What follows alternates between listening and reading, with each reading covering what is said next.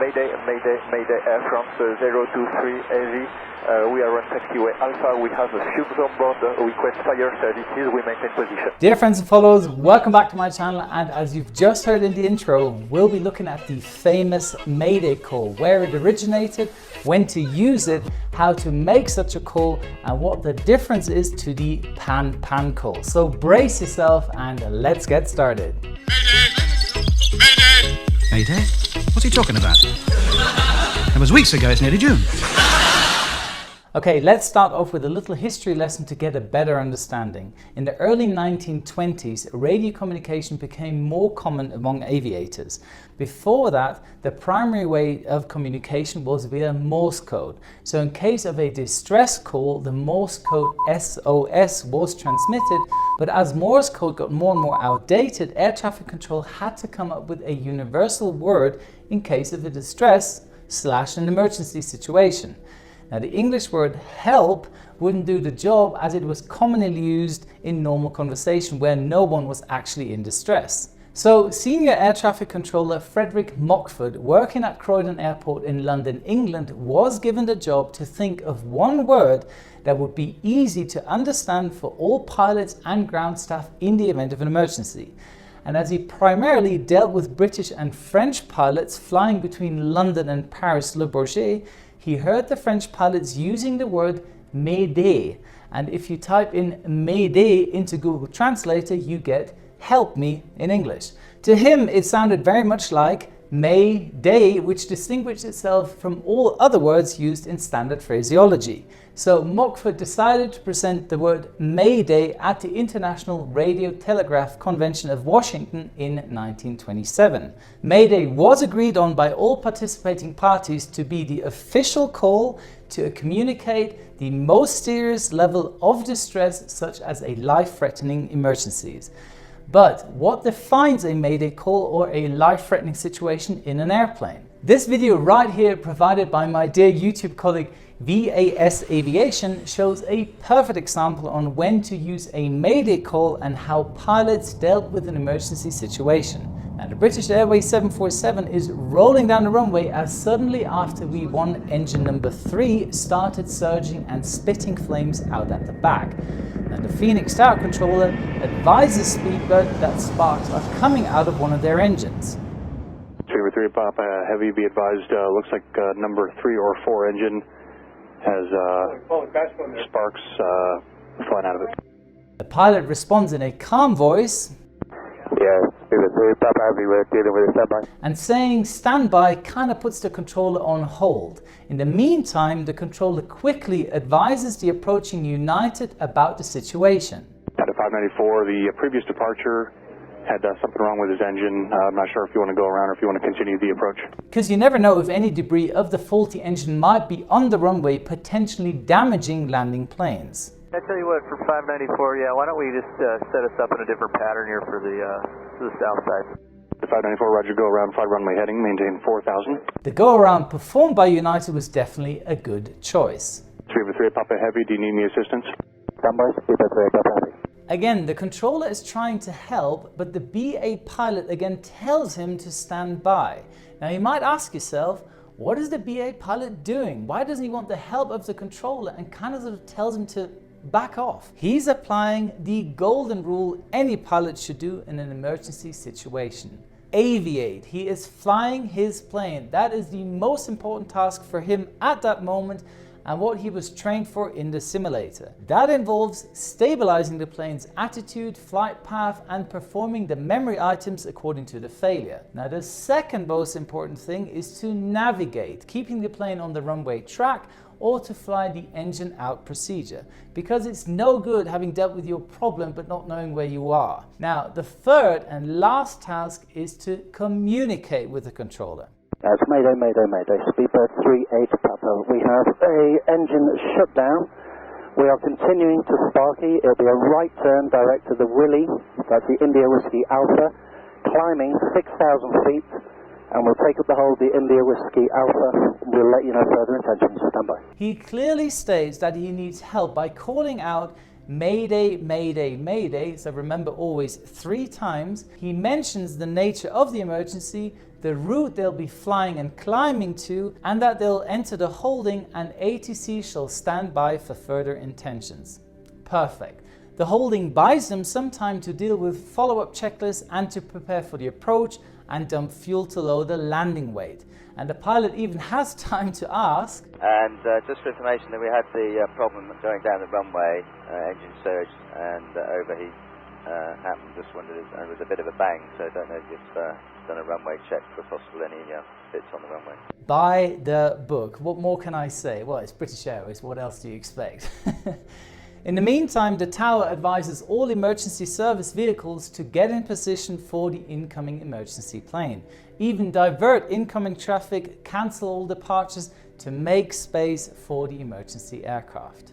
So what is the primary reason for the BA pilot to call out a mayday? He's at low altitude, has had an uncontrollable engine, which he had to purposely shut down to avoid possible engine separation, damages to the fuselage, or even worse, flight control problems. And that is a life-threatening situation and requires a mayday call. Now, another great example is the Boeing 757 by Thomson that encountered a bird strike just after rotation, but see for yourself.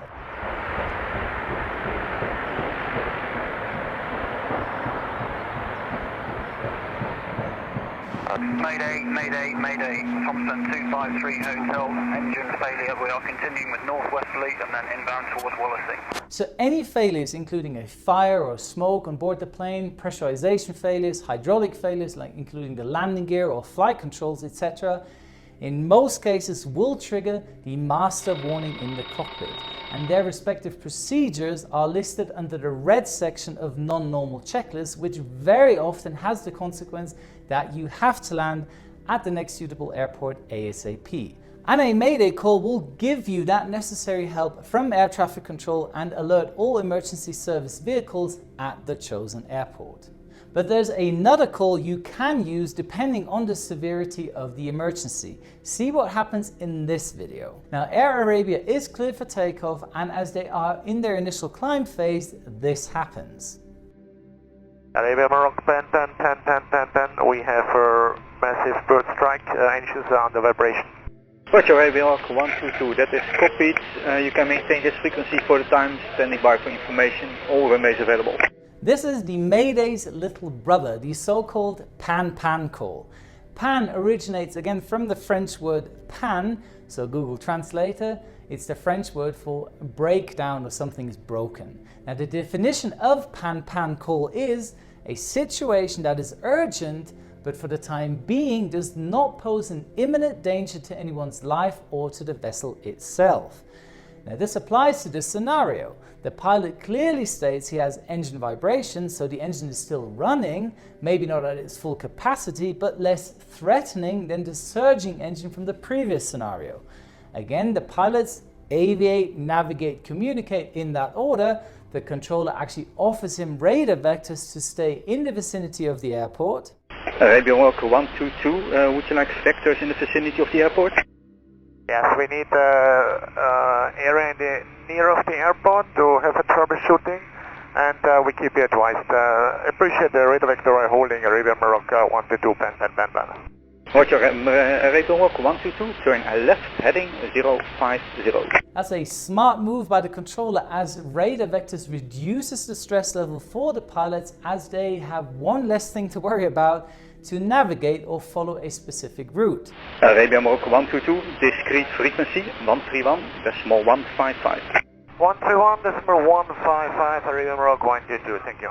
Even better, the controller gives them a discrete frequency, which is more or less a private frequency for the pilots, with one controller, reducing the stress level even more for the pilots, as the controller will only be calling them and no one else can be heard on that frequency. And just after that, you can hear the controller advising all other traffic waiting at runway 18 left to hold their position, as the pan-pan plane will be coming around within the next few minutes. And all traffic on the 18 left, expect some delay, hold position for the time. And again, a runway inspection has to be performed. All traffic on 18 left, the runway has to be inspected first, bird check is on its way. The pilots now seem to have the situation under control, although the engine is still vibrating, and as this is only a pan-pan call, he requests via ATC for the fire brigade to be waiting at the runway once they've landed in case of an engine fire or similar issues. Another great example by VAS Aviation is the recording of a Virgin Atlantic pilot who got hit by a laser shortly after takeoff. But hear for yourself. Pan, version 35 Bravo, Pan. We have a medical issue with one of the pilots after a laser incident after takeoff, and we're going to return to Heathrow. At that moment, it's not a life-threatening situation, the plane is alright, but one of the pilots needs medical attention and they decide to fly back to Heathrow. There's no need for a fire brigade or similar, so a pan-pan call was definitely the right choice. But just a tiny mistake my colleague made, the correct call is pan-pan, pan-pan, pan-pan. And this goes out to the boys with the little laser pointers. Get a life, for crying out loud. Now, there's one final call which probably is used more often than the two famous ones. The request for a priority landing. It's not an official call, but very often used in case of a passenger medical emergency. Now, to a lot of misconception, people tend to say the pilot performed an emergency landing. Well, actually, he didn't. He just requested a priority landing or diverted to another airport. He didn't declare a Mayday or a pan-pan, neither did he squawk the emergency code 7700. You remember the mnemonic? One more interesting fact, you can also call out a Mayday for another aircraft if the pilot isn't aware of a evolving fire, for example. Now listen to this recording. Mayday, Mayday, Mayday, Speedbird 11 Juliet, there's an Airbus on the terminal of Whiskey Alpha with a fire underneath the engine. It's gate 29. Heavy, roger that. Gate 29, sir, gate 29. Gate 29, thank you. We'll get the rescue trucks over there momentarily. Fire under the right engine, sir. Fire under the right engine, thank you. Attention all emergency equipment. Respond to gate 29, it's terminal 5. Who else could it be than my buddy Kennedy Steve? Or another way of dealing with a brisk situation is this Delta pilot. And Delta 10623 has had an engine failure on the right engine, declaring an emergency due to a bird strike. And if it's the most normal thing for him, I just love the coolness by the Americans. It's like, an engine failure. What else is new? He may have left out the Mayday call, but by saying we're declaring an emergency has the same effect. So to sum up, you as a pilot can make the decision if you either declare an emergency with a Mayday call, if you need immediate assistance as you are in a life-threatening situation, or if you feel the failure is only minor and you can control the situation, you declare a pan-pan. But not every engine failure is consequently a Mayday call. Keep that in mind.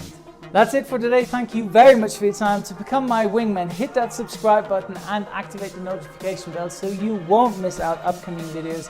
And don't forget, a good pilot is always learning. See you next week. All the best, your Captain Joe.